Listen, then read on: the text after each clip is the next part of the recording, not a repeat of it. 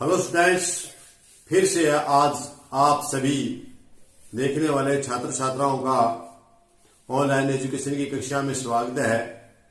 और प्रिय छात्रों, जैसे कि आपको पता है कि हम कर रहे हैं राष्ट्रीय आय मापने की विधियां, और राष्ट्रीय आय मापने की विधियों में हमने पिछली वीडियोज में आपको सिखाई थी मूल्य वृद्धि विधि कि राष्ट्रीय आय को मूल्य वृद्धि विधि से कैसे ज्ञात किया जाता है।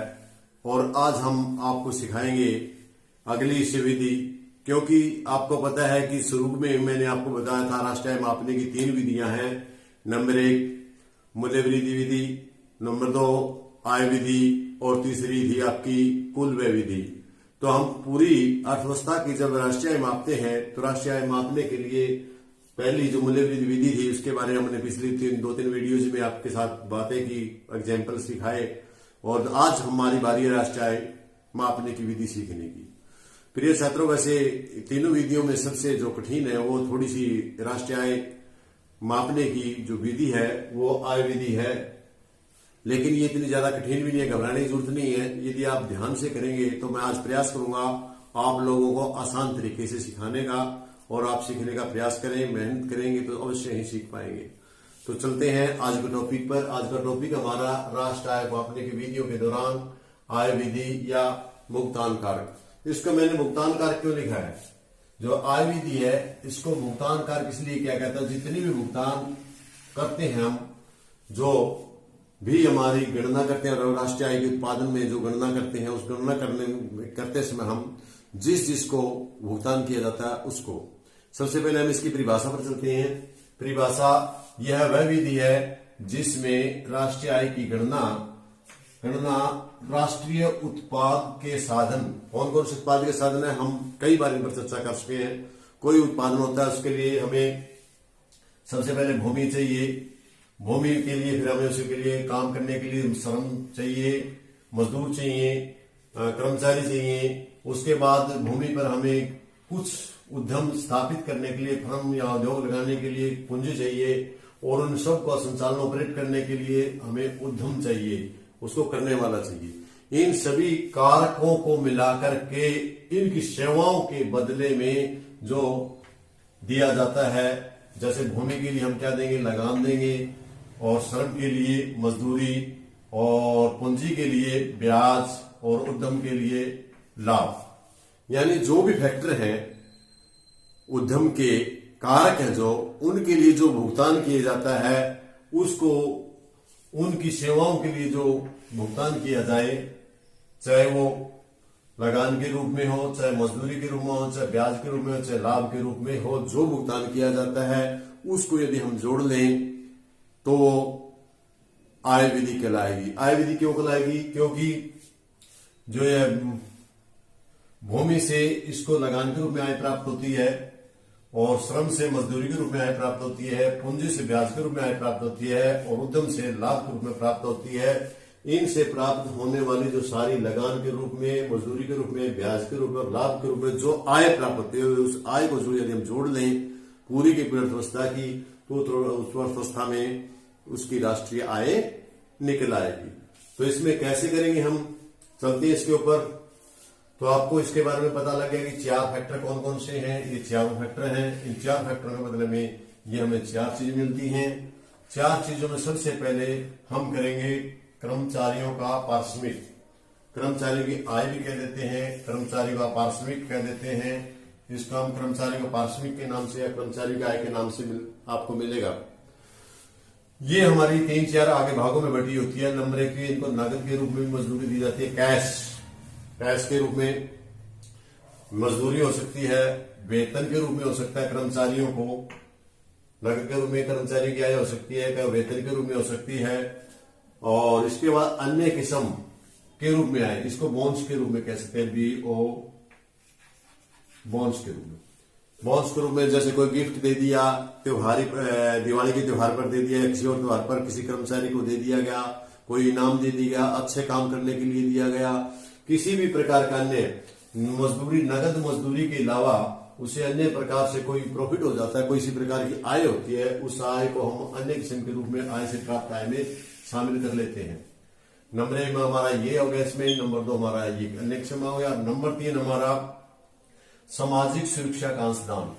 आपको पता है स्टूडेंट्स, जब ये कोई भी नौकरी करता है या कोई अपना कहीं काम करता है तो उसका कुछ सैलरी का हिस्सा अंशदान के रूप में कटता है, सामाजिक अंशदान के रूप में, जिसको आप जीपीएफ, एनपीएस, पीपीएफ के नाम से जानते हैं। उनको जो उसकी सर्विस पूरी होने के ऊपर उसको दिया जाता है, या उसको किसी मेडिकल की फैसिलिटी दी जाती है, या किसी भी प्रकार की सामाजिक सुरक्षा के लिए उसे किसी प्रकार का आय होती है, उस आय को हम सामाजिक सुरक्षा का अंशदान में शामिल करते हैं। ये हमारा नंबर 4 में सेवानिवृत्त कर्मचारियों की पेंशन। यहां सेवानिवृत्त शब्द विशेष करके है आपका। यदि सेवानिवृत्त कर्मचारियों की पेंशन है उसको हम इसमें शामिल करते हैं, क्योंकि सेवानिवृत्त कर्मचारी ने कभी सेवा की थी, उस सेवा के बदल में उसे पेंशन मिल रही है, फ्री में नहीं मिल रही है उसको। यहाँ एक शब्द आता है बुढ़ापा पेंशन। बुढ़ापा पेंशन इसमें शामिल नहीं होगी, क्योंकि वो हस्तांतरण आए हैं। बूढ़ा आदमी को या बुढ़ापा पेंशन जो मिलती है वो बिना काम किए मिलती है, इसके लिए उसको हस्तांतरण आय में लेते हैं, वो राष्ट्रीय आय में कभी शामिल नहीं होती। छात्रवृत्ति की तरह, जैसे कि किसी छात्र को छात्रवृत्ति मिलती है, वो हम हस्तांतरण आय में लेते हैं, उसको राष्ट्रीय आय में नहीं जोड़ते। तो यहाँ पर आप बच्चों को विशेष ध्यान रखना है, यदि पेंशन की बात आती है और पेंशन के आगे बुढ़ापा पेंशन लिखा है तो आप हस्तांतरण आय में राष्ट्रीय आय में नहीं जोड़ेंगे। यदि कर्मचारी लिख रखा है तो फिर हम इसको जोड़ेंगे, क्योंकि ये उसके कार्य के बदले है, कभी न कभी उसने काम किया था, उस काम की सेवा के बदले उसको पेंशन दी जा रही है। तो इस प्रकार आप सबसे पहले तो कर्मचारियों जो पारिश्रमिक है, कर्मचारियों का पारिश्रमिक है, कर्मचारियों की आय है, उसमें आप देखें 4 प्रकार की आती है। नगद मजदूरी वेतन के रूप में, दूसरा अन्य किस्म के रूप में जिसको बॉन्ड्स वगैरह बोलते हैं, और तीसरा आपका सामाजिक सुरक्षा के जैसे मेडिकल फैसिलिटी है, या आपकी जीपीएफ, एनपीएस जो भी है, आदमी को उसको जब भी उसकी सर्विस पूरी होती है उसको उसके अंशदान दिया जाता है। और तीसरा सेवानिवृत्त कर्मचारी को जो वेतन दिया जाता है, सेवानिवृत्त कर्मचारी को जो पेंशन होती है, इन सब को हम शामिल करके इसको बोल देते हैं पारिश्रमिक, कर्मचारियों का पारिश्रमिक। तो मेरे ख्याल में आपको समझ में आ गया होगा, कर्मचारियों का पारिश्रमिक लिखा हो आपके पास, या कर्मचारियों की आय लिखी हो, या आपके पास नगद मजदूरी हो, या अन्य किस्म हो, सेवानिवृत्त हो, या फिर सामाजिक सुरक्षा हो। एक ध्यान रखना बच्चों, यदि क्वेश्चन में आपकी कर्मचारी पारिश्रमिक लिखा हुआ है तो इनको आपने किसी को नहीं जोड़ना, क्योंकि इसमें सारी 4 चीजें शामिल होती हैं। लेकिन यदि आपके पास ये अलग अलग से है और सारा ये आपके किसी पास नहीं है, कर्मचारियों पारिश्रमिक नहीं है, तो इन सबको आपने जोड़ना है।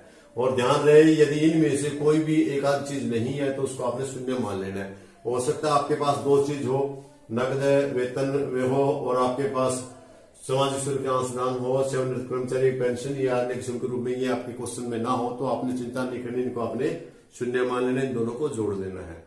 तो जो आपको मिले, ये मिले तो इनकी कोई जरूरत नहीं आपने, यदि ये ना मिले और इनमें से जो भी मिले तो उनको जोड़ के आपने पारिश्रमिक आय या कर्मचारी की आय आपने ज्ञात कर लेनी है।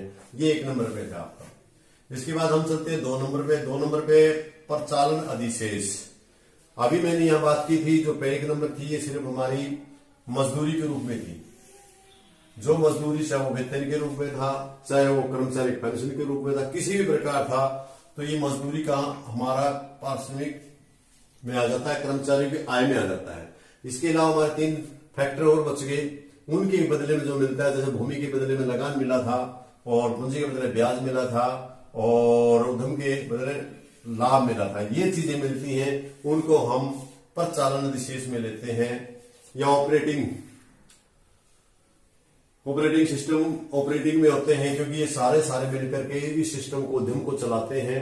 उद्यम अकेला मजदूर से या मजदूरी से नहीं चलता, मजदूर से, तो इन तीनों को चलाने के लिए दूसरे फैक्टर हैं जो हमारे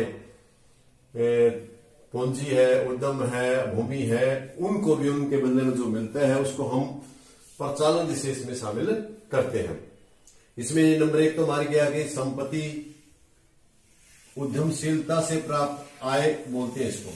ध्यान रहे, क्वेश्चन में आपको प्रचालन अधिशेष लिखा मिल जाए, या आपको संपत्ति से या उद्यमशीलता से प्राप्त आय लिखना मिल जाए, तो एक ही बात है, इसको आपने शामिल करना है। इन चीजों की जगह ये भी मिल सकता है आपको लगान, ब्याज और लाभ। तो आपने इन तीनों को जोड़ के प्रचालन अधिशेष निकाल लेना है, या उद्यमशीलता से प्राप्त आय बढ़ा लेनी है। लेकिन यदि आपके पास परिचालन अधिशेष है तो आपने इन तीनों चीजों की कोई जरूरत नहीं है, क्योंकि ऑलरेडी इसमें तीनों की तीनों शामिल है। अब हम बात चलते हैं कि लगान इसमें क्या क्या शामिल है। जो परिचालन अधिशेष में एक लगान है, एक ब्याज है, एक लाभ है। आगे लगान भी तीन प्रकार का, तीन डिवाइड होता है। लगान के रूप में भी आ सकता है, किराया और रॉयल्टी। ये तीनों के तीनों हम लगान में ही लेते हैं। हम लगान में किराया के रूप में और रॉयल्टी के रूप में भी शामिल कर लेते हैं। ब्याज का कोई पार्ट नहीं होता है, ब्याज ही होता है। पूंजी जो लगाते हैं हम उसके लिए ब्याज ही शामिल होता है। इसके बाद लाभांश है। लाभ है हमारा, लाभ को भी हम तीन हिस्सों में बांटते हैं। एक लाभांश जो लाभ का हिस्सा हम सबके अंदर बांटते हैं, डिवाइड किया जाता है। और दूसरा निगम कर, जो हम जब उत्पादन करते हैं जो लाभ होता है उसमें से हमको निगम का कर अदा करना पड़ता है, वो भी। और तीसरा अतिरिक्त लाभ। कुछ लाभ हम बिना बांटे, जो हमारे पार्टनर है, जो भी अंश है जिनमें लाभ बांटना होता है उनमें हम बांटते नहीं, कुछ बचा लेते हैं ताकि किसी आने वाले समय में उसको काम में लिया जा सके, किसी सुविधा के लिए काम में लिया जा सके। तो वो भी इसमें लाभ के अंदर ही शामिल होता है। तो आपको स्टूडेंट ध्यान रखना है कि लाभ जोड़ते समय लाभ भी हो सकता है। यदि लाभ की जगह इनमें से तीनों चीजें हैं तो तीनों को जोड़ना है, इनमें से कोई दो है तो दोनों को जोड़ना है, और एक है तो एक को ही लेना है। और यदि इनमें से कोई नहीं है तो चिंता नहीं करनी, उसको हमने शून्य मान लेना है और वो लाभ में आ जाएंगे। यदि हमारे पास लाभ है तो इन तीनों की जरूरत नहीं है, क्योंकि लाभ के अंदर ऑलरेडी तीनों जुड़े हुए हैं। यदि लाभांश, निगम कर और अतिरिक्त लाभ अलग अलग दिए हुए हैं या इनमें से कोई दो दिए हुए हैं तो उनको जोड़ के हम लाभ निकाल लेंगे। तो बड़ा थोड़ा सा सोचने वाली और समझने वाली बात है कि परिचालन अधिशेष लिखा हुआ है तो आपने कोई दिक्कत नहीं। यदि आपके पास संपत्ति अधिशाल से प्राप्त आय लिखी हो तो भी आपने कोई दिक्कत नहीं, उसमें आपने ये ऑलरेडी तीन चीजें जुड़ी हुई हैं। इनमें से यदि आपके पास ये भी नहीं है, ये भी नहीं है और ये चीजें हैं तो ये तीन चीजें तो एक में आएंगी, लगान में आएंगी, और ब्याज का अकेला ब्याज में आएगा, और ये तीन चीजें लाभ के अंदर आएंगी। जो जो चीजें हमको जोड़ करके हम परिचालन अधिशेष याद कर सकते हैं। इसके बाद तीसरी मिश्रित आय। मिश्रित आय जो सब मिला जुला करके जहां से भी इसको आय प्राप्त होती है उसको मिश्रित आय बोलते हैं। मिश्रित आय और इन तीनों को जोड़ करके नंबर एक कर्मचारियों का परिचालन प्लस में कर्मचारियों का पारिश्रमिक और परिचालन अधिशेष और मिश्रित आय को यदि आप जोड़ देते हैं तो हमें उससे क्या प्राप्त होगा, क्योंकि पीछे हमने जो कुछ जोड़ा था उससे हमें मिल रहा था उन चीजों को हमें जोड़ के मिल रहा था GDP at the market price. लेकिन आय विधि में ऐसा नहीं है छात्रों। जब भी आप जोड़ेंगे इन तीनों चीजों को, क्या क्या जोड़ेंगे, कर्मचारियों का पारिश्रमिक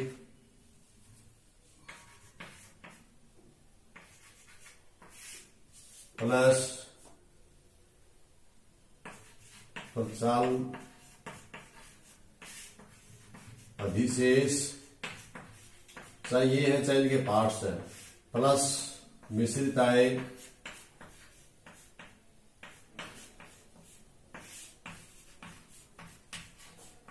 जब इन तीन चीजों को जोड़ेंगे तो आपको प्राप्त होगा GNDP at the factor price. क्यों होगा फैक्टर प्राइस पे?